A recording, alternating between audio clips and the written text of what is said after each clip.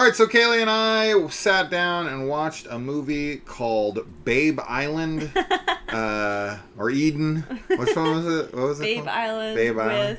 With It's fucking. It's the Garden of Eden. It's. I mean, that's yeah. yeah, Anyway. it's Eden. Yeah. You watched Eden. You've got Ana de Armas. You've got Sydney Sweeney, and you've got Vanessa Kirby, all in the same film. And you've also got Jude Law.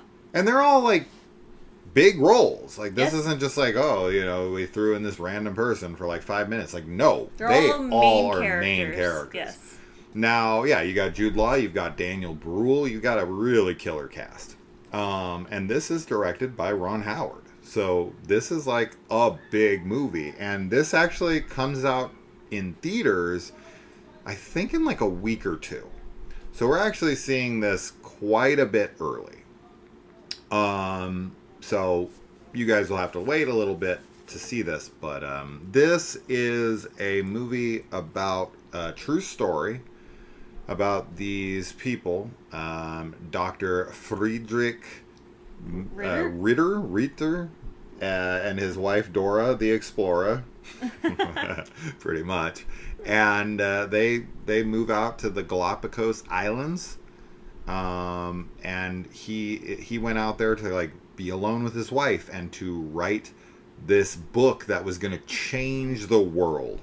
And people, find out about this. Daniel Brühl. He sends out like letters that get published in newspapers He's because like people an egomaniac. they're fascinated by this man that goes out to live in the wilderness. So these people catch wind of it. Daniel Brühl, his young wife, and his kid from his first marriage. Yeah. And they come out, much to the chagrin of Dr. Ritter, who's like, doesn't want them there at all. This is his paradise. Get the fuck off my land kind of thing. But they continue to live there. And then shortly thereafter are followed by the Baroness, played by Ana de Armas, with her little... harem? Yeah, shit. Basically? She's got a couple guys doting after her, following her every command and her every move. She is this like Hollywood starlet, total vindictive, malicious freaking bitch who uses everybody. She's super manipulative. She's one of the most unbearable characters. Yes. Great performance. Amazing. Yeah, she did a great job. God, you just wanted to shut the fuck up. We hated her so much. Yeah, I thought this was really damn good. This is, of course, as I said, based on a true story about a bunch of people that went out to this island, and some people died, and there was an account from 2 people who survived, and they had opposing accounts. Mm-hmm. I guess they both wrote books on this subject, and both of them had totally different stories in the end. So it really comes down to like, what do you believe? I think the movie does a pretty good job. I don't know the story. I'd never heard about this shit before in my life. Me either. Literally never had heard about it. But I think the film does a pretty good job of balancing, the blame, so to speak. Because after I thought about it, because I was like, oh, I don't know, I feel like it's kind of taking sides. And then I sat back and I was like, well, actually, because this happens with this and that, maybe it isn't taking sides. Maybe it's kind of trying to like cover all its bases and both sides it and meet somewhere in the middle.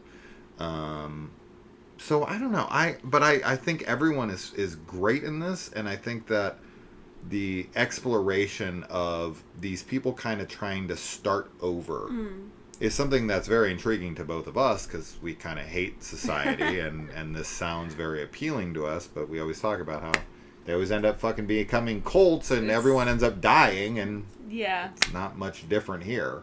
Well, yeah, like as sucky as society can be, there's a lot to be gained, obviously, from living with other people, like in a city, or even in a town or whatever, versus going out and being completely on your own, off grid.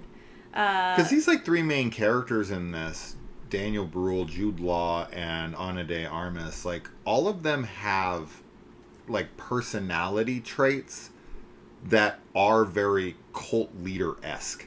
with how some are worse than others. Sure, yeah. But they're very manipulative and Yeah. like domineering, and are like, they expect their people to be submissive and follow them wherever they go. And it's like, I'm going to lead you to the promised land.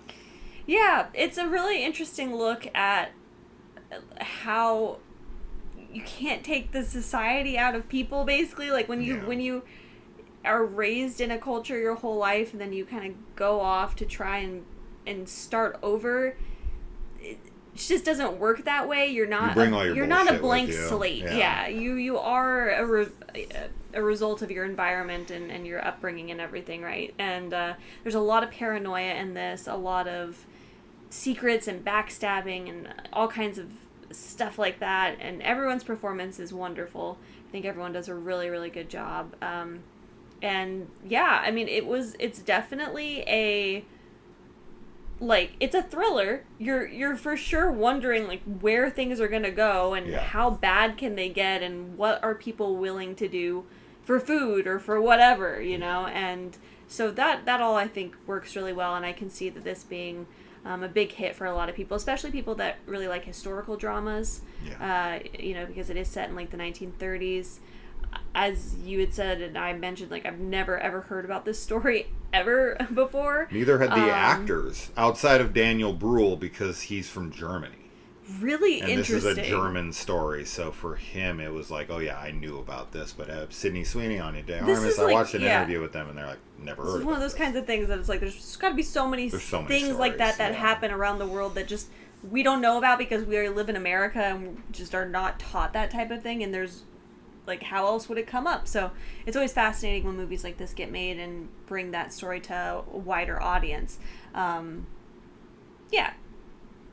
We also have real footage that's displayed towards the end, which I always like that with these types of films, and we kind of get to see what it was really like. There's some liberties that are taken within the story for sure. Nothing, that I'm an expert on by any means. Obviously, I just found out about this fucking story when I watched the movie. But researching little bits of it, there are things that are different to a degree, but nothing crazy. I think the standout here for the movie, I think there's a lot of great performances all around, but the character that definitely had the biggest arc, and I thought was the most relatable character, the most likable character, and just kind of was, I don't know, the heart of the film, was Sydney Sweeney. For sure. There's a birth sequence in this movie that is probably the most intense one I've seen since A Quiet Place. Yeah. Where she is dealing with something so awful and is so, like, tense. Oh my god. When it's happening, you're just an like... insane scene. This is fucking crazy. If that actually happened... Literally the worst case scenario. Yeah, if that actually happened, that's wild. That's probably from her side of the book. Right, she's like... Right.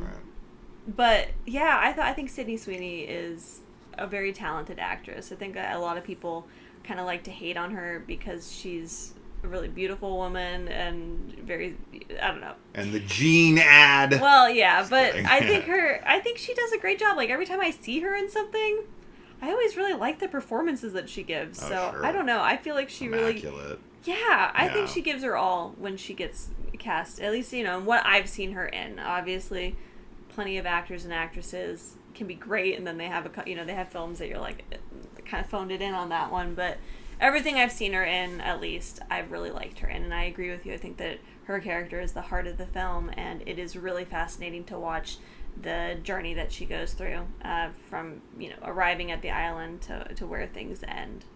So. Yeah, you've got a very unique cast of characters that are all kind of put on an island together. It almost feels like when you watch like Survivor or something, They're all so different. And the like network specifically pick a wide array of personalities because we know those are the types of people that are going to have conflict with one another because they're all so different, and that's definitely what we get here. Now, how true to life it is, who the fuck knows? I don't know. I don't think anyone will ever know unless they were there. But I did find the story super fascinating. I was very into it the whole time. I think It's super well shot, super well directed, super well acted. So yeah, I was impressed with a movie that is getting very little buzz, despite having so many massive names in it. Yeah. And also, you get to see Jude Law's cock in it. Full frontal male nudity. I was gonna mention that's going to be headlines right there. You would think. Pretty crazy. I was like, oh, there's Jude. Straight up, there it was. Yeah.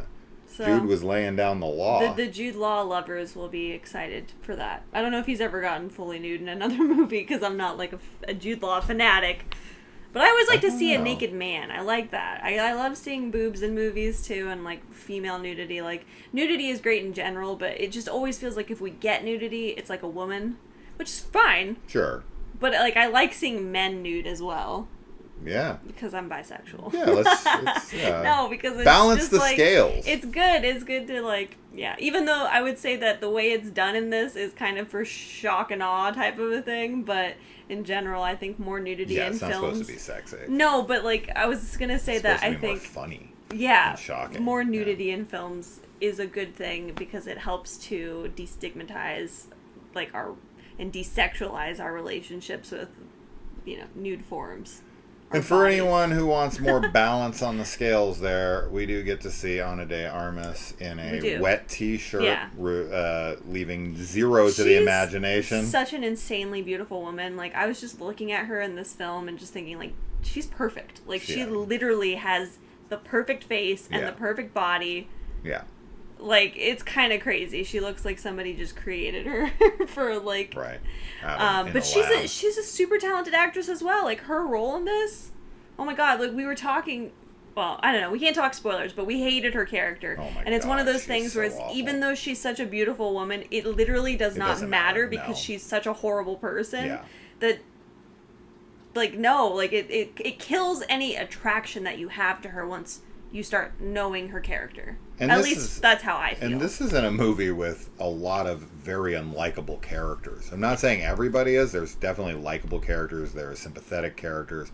But there's quite a few shitheads in this movie, and she stands head and shoulders above the rest. There are some people, I'm not going to say who else, that end up being pretty terrible people in their own right, but nothing like her. She is insufferable. Oh my god, She's the fakest bitch ever. She uses everyone. And lastly, before Kaylee cut me off there, we also got one Sydney Sweeney boob. just one. Yeah. You don't get the other one. So we'll take what we can get. You get 3 boobs and 1 cock. Yeah. There you go. No buttholes. For anyone who cares. No buttholes. We have the worst review channel. Stupid. Or the best. This is like I don't know. A serious movie, and we're like... How many buttholes does the movie have? That should be our new rating system. We have any? No. You know how rare a butthole it is in a movie? I don't actually want to see a butthole in a movie, so... Watch Pink Flamingos. No, I'm not going to watch it because I just said I don't want to see them. So well, I'm gonna go show Kaylee my butthole. No. All right, guys. Bye. Bye.